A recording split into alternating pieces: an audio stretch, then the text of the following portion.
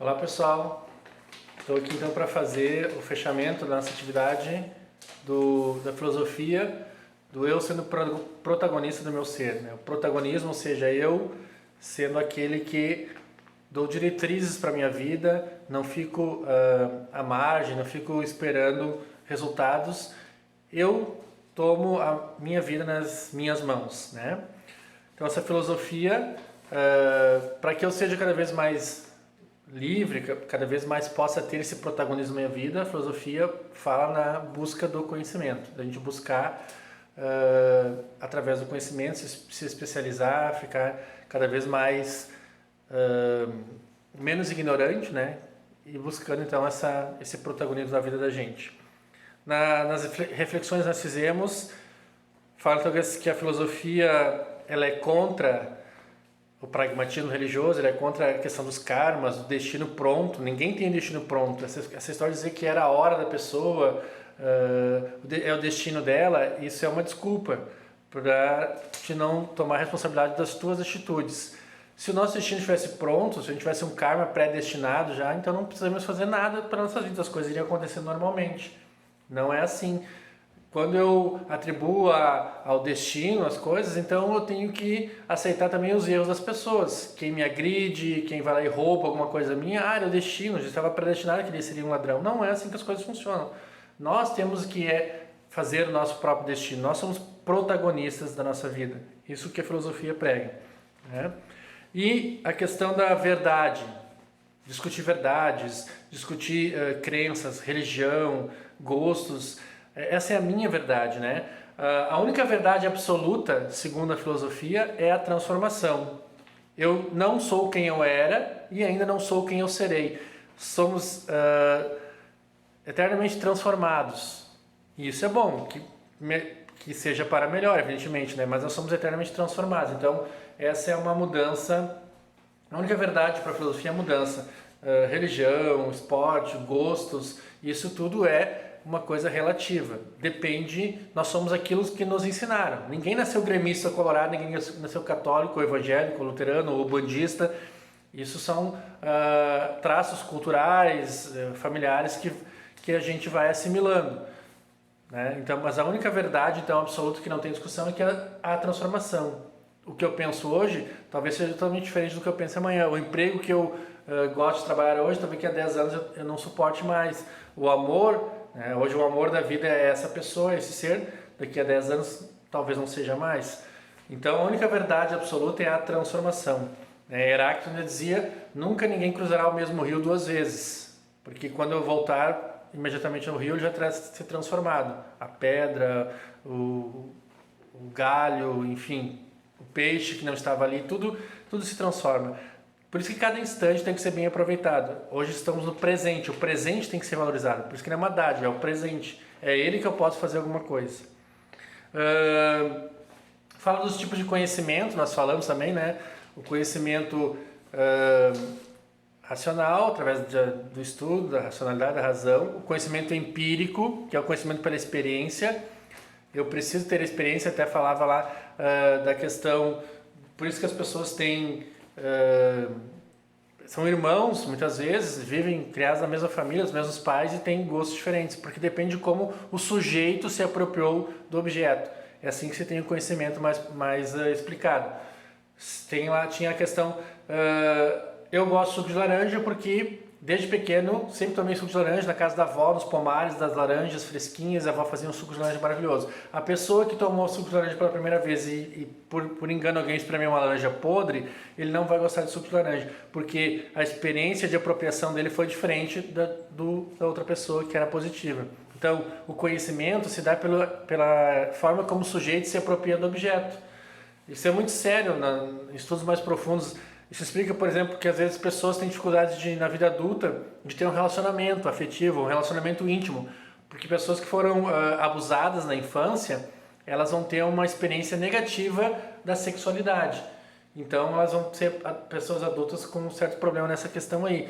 Pessoas bem tratadas, bem amadas, bem resolvidas, vão ter mais facilidade nas questões íntimas afetivas, por exemplo. Então tudo depende de como o sujeito se apropria do objeto. Falamos também do mito da caverna de Platão. Então, gente, eu vejo o mundo com os meus olhos, com os olhos que me ensinaram a enxergar, da minha maneira, com os meus olhos de uma família de um pai patriarca, alguém que mandava, um certo ponto autoritário, certo ponto machista, meus olhos de uma visão religiosa católica cristã, cheia de dogmas, de preconceitos, de não aceitar questões de relacionamentos homoafetivos, de não aceitar separações. Me ensinaram a ser assim, me ensinaram a enxergar o mundo desse jeito. Para que eu hoje possa ver um pouco diferente, eu tenho que buscar muito sair da ignorância, sair das minhas limitações. O que é as minhas limitações? É o que me ensinaram. Se eu ficar sempre exclusivamente naquilo que me ensinaram, que me disseram como é que era, eu não vou ver um mundo diferente. Então, lendo, estudando, se aperfeiçoando, viajando, ouvindo outras opiniões, a gente pode perceber que o mundo que nos mostraram, ele é um mundo de sombras, como o mito da caverna. A gente vê a sombra do mundo, a gente vê as pessoas e o mundo não como elas são, mas como nós somos. Eu enxergo os outros com os meus preconceitos, com os meus olhares distintos, né? E às vezes até acusadores, certo? Então isso é muito sério. A gente tem que entender que a gente enxerga o mundo como nos ensinaram. Se cada um de nós que vive hoje aqui em Três Coroas, na Escola 12 de Maio, tivesse nascido no mundo islâmico, nós veríamos um mundo totalmente diferente. Se nós tivéssemos nascido numa família sem a presença de um pai, por exemplo, com um menino numa família com 4, 5 irmãs, nós veríamos o mundo, nós mesmos, assim como nós somos agora, nós pensaríamos e veríamos o mundo de uma forma diferente. Por quê? Porque nós enxergamos aquilo que achamos que é o correto, que nos disseram que era o correto. Isso é o mito da caverna. Nós estamos presos às nossas correntes culturais, religiosas, familiares, e a gente tem que tentar se libertar dessas correntes. Não dizendo que a educação que nós recebemos é totalmente errada, que tem que romper com isso. Não, nós temos que, agora, com a nossa sabedoria, analisarmos o que realmente é racional nisso. No que me ensinaram, no que me disseram como o mundo é. Até que ponto isso é racional, isso realmente é correto. Tá? Então o mito da caverna de Platão, ele é muito aplicado ainda hoje para nós. Nós vemos as coisas de formas distorcidas, que a gente acha que é, mas é a minha forma de ver o mundo. Não é a forma como o outro vê o mundo dele. E o mais difícil de tudo é entrar em sintonia com essa outra pessoa, é se colocar no lugar do outro, entender porque o outro enxerga o mundo diferente do meu, porque ele foi ensinado de uma forma diferente. É por isso que se questiona muito a questão das penas, né? Pena de morte, por exemplo, ou prisão perpétua. Como que um ser que desde criança cresceu nas dificuldades, passando necessidades de alimentação, de nutrição, de vestimento, que viu o pai sempre pegando as coisas dos outros, que viu o pai resolvendo os conflitos, batendo no vizinho, pulando a cerca e batendo, brigando com o vizinho, ou batendo na mãe, quando ele achava que a mãe não estava com razão. Como é que essa criança vai ver um mundo diferente? Como é que essa criança vai se tornar um adulto generoso, gentil, com princípios de ética, de moral? É muito difícil para isso. Então, por isso que tem que ter cuidado com essa questão de punição, porque as pessoas são ensinadas a serem assim. Nelson Mandela dizia: ninguém nasce preconceituoso, ninguém nasce homofóbico, ninguém nasce excludente. As pessoas são ensinadas a serem assim. Então, quando as pessoas desde pequenas são ensinadas ao caminho da violência, da competitividade, da mentira, ela vai se tornar um adulto com dificuldade de não ser assim. Por isso que a questão da meritocracia também é questionada pela filosofia, os méritos. Para que tenha meritocracia, todas as pessoas deveriam partir do mesmo ponto de partida. Mas algumas pessoas têm acesso, por exemplo, a intercâmbios, a língua estrangeira, a teatro, cinema, viagens, né? Tem dinheiro para comprar livros, tem acesso a boa internet, e outros mal e mal têm luz, subsistência, né? para se manter. Então essas pessoas não partem de um ponto igual. Então a gente não pode querer que elas cheguem da mesma forma a resultados positivos, porque a meritocracia não leva em conta essa questão da partida, das condições que são dadas para todas as pessoas.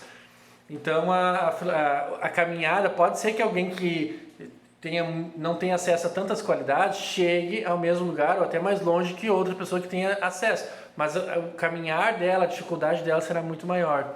Então a gente tem que levar em conta essa questão de como a gente vê o mundo, de como as circunstâncias do mundo chegam até nós. Só que não também ficar se lastimando, né? Não importa o que o mundo fez contigo, importa o que tu vai fazer com o que o mundo fez contigo. O que tu vai transformar? E a vitória não está no ponto de chegada, está na caminhada.